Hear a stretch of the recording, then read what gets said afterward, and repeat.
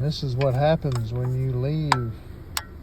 When your can gets frozen in your trunk and you forget about it.